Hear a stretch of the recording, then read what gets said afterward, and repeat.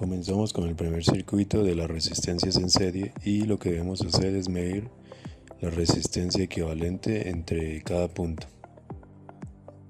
Entonces comenzamos con el primer punto, el cual nos da un valor de 1.9 kiloohms. Vamos con el siguiente, que al sumarse nos dan 11.8 kiloohms aproximadamente. Seguimos, tenemos 12.8 kiloohms,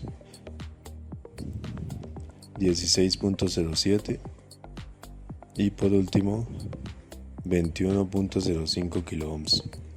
Ahora vamos con el circuito en paralelo, vamos a medir la resistencia equivalente en total.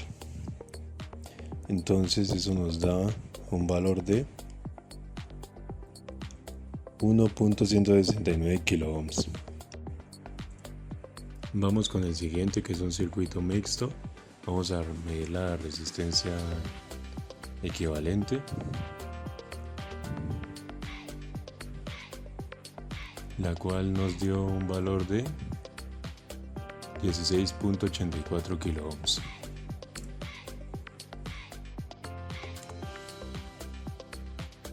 Con esta configuración vamos a aplicar una fuente de 11 voltios y vamos a medir la corriente, la cual nos da un resultado de 0.818 miliamperios aproximadamente.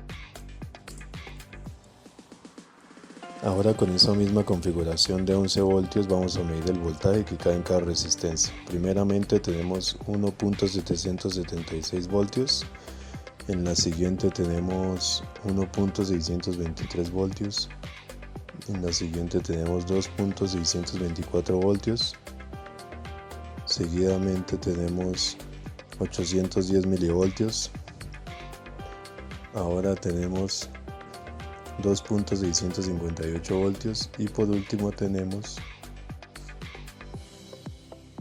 1.602 voltios.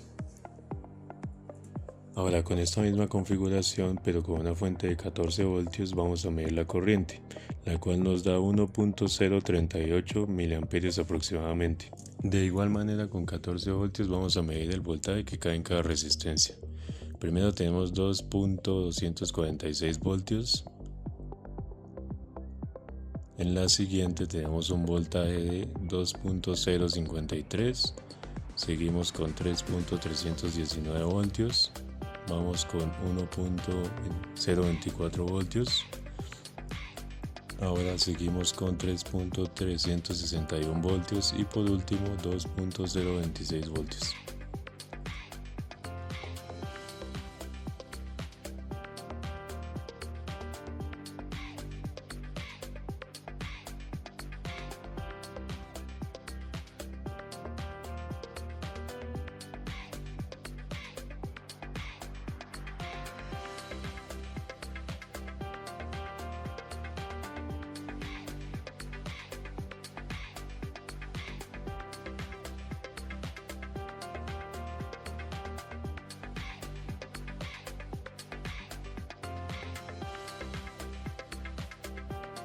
Bueno, en este circuito como tal se hizo básicamente lo mismo que en el anterior, se midió voltajes y corrientes en cada uno de sus componentes o resistencias.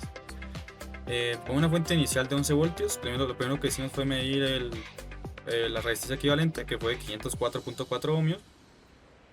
Luego, como sabíamos que un circuito en paralelo tiene los mismos voltajes en cada una de sus resistencias, pues nos tendría que dar el de la fuente básicamente, como se muestra en pantalla. Nos da un aproximado de 11.04 voltios.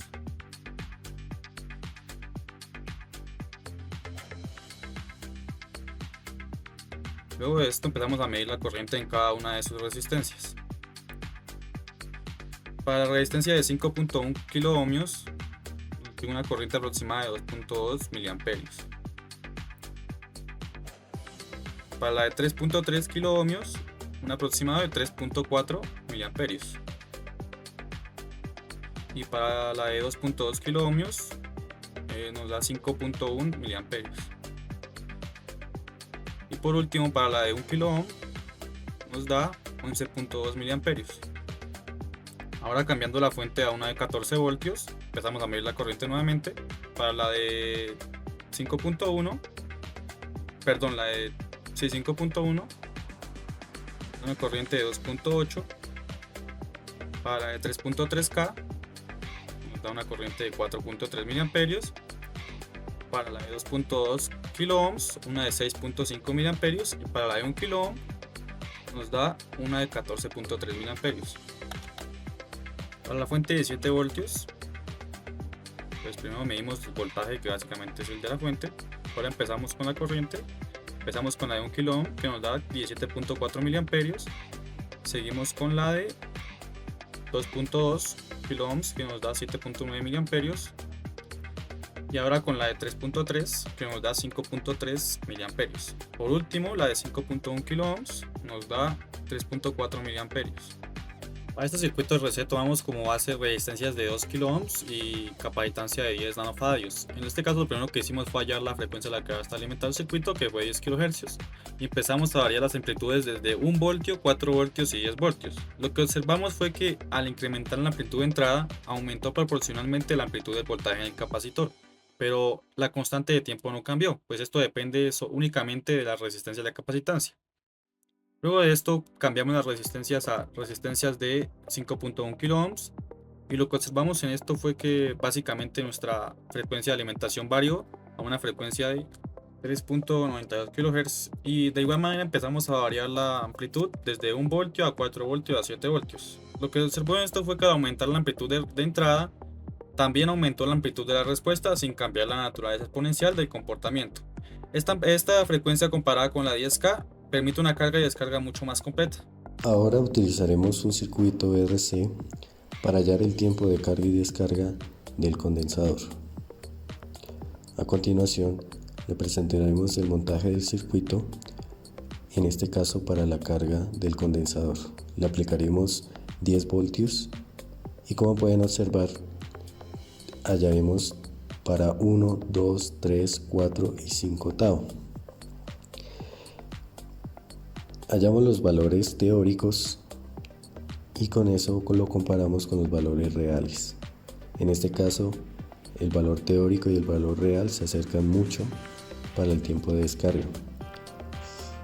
Como pueden estar observando, pues los valores son muy cercanos. En este caso, cuando llega a 5 tau no alcanza a estar completamente estable, y también lo podemos evidenciar en la descarga del mismo condensador.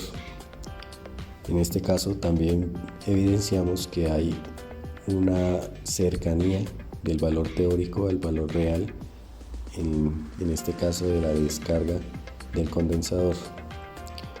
Pero repito, no el 5 tau, en este caso son 165 segundos, no alcanza a estabilizarse por completo la descarga. También tanto en la carga como en la descarga pues pasa exactamente lo mismo, se demora mucho más.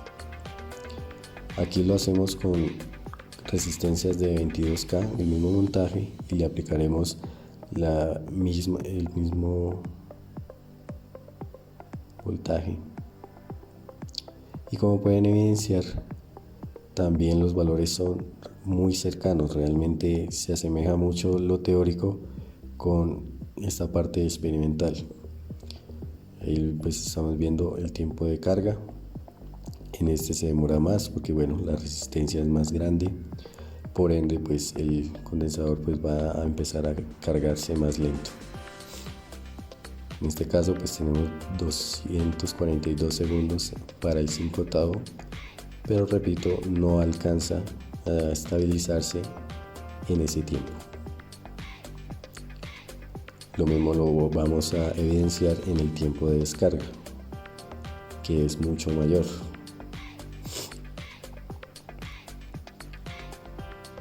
Entonces en este caso pues el tiempo de descarga nos da de 363 segundos. Y pues como pueden observar, también los valores se asemejan un poco, incluso aquí en este caso se asemejan un poco menos, a pesar de esas similitudes en la carga y descarga. Y bueno, ahí tenemos los resultados de nuestro experimento de laboratorio.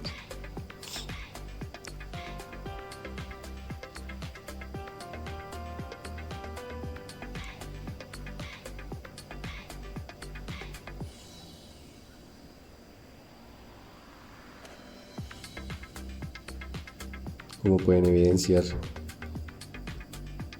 el tiempo de descarga para que se estabilice pues no alcanza al 5/8, sobrepasa. Entonces pues muchas gracias y hasta la próxima.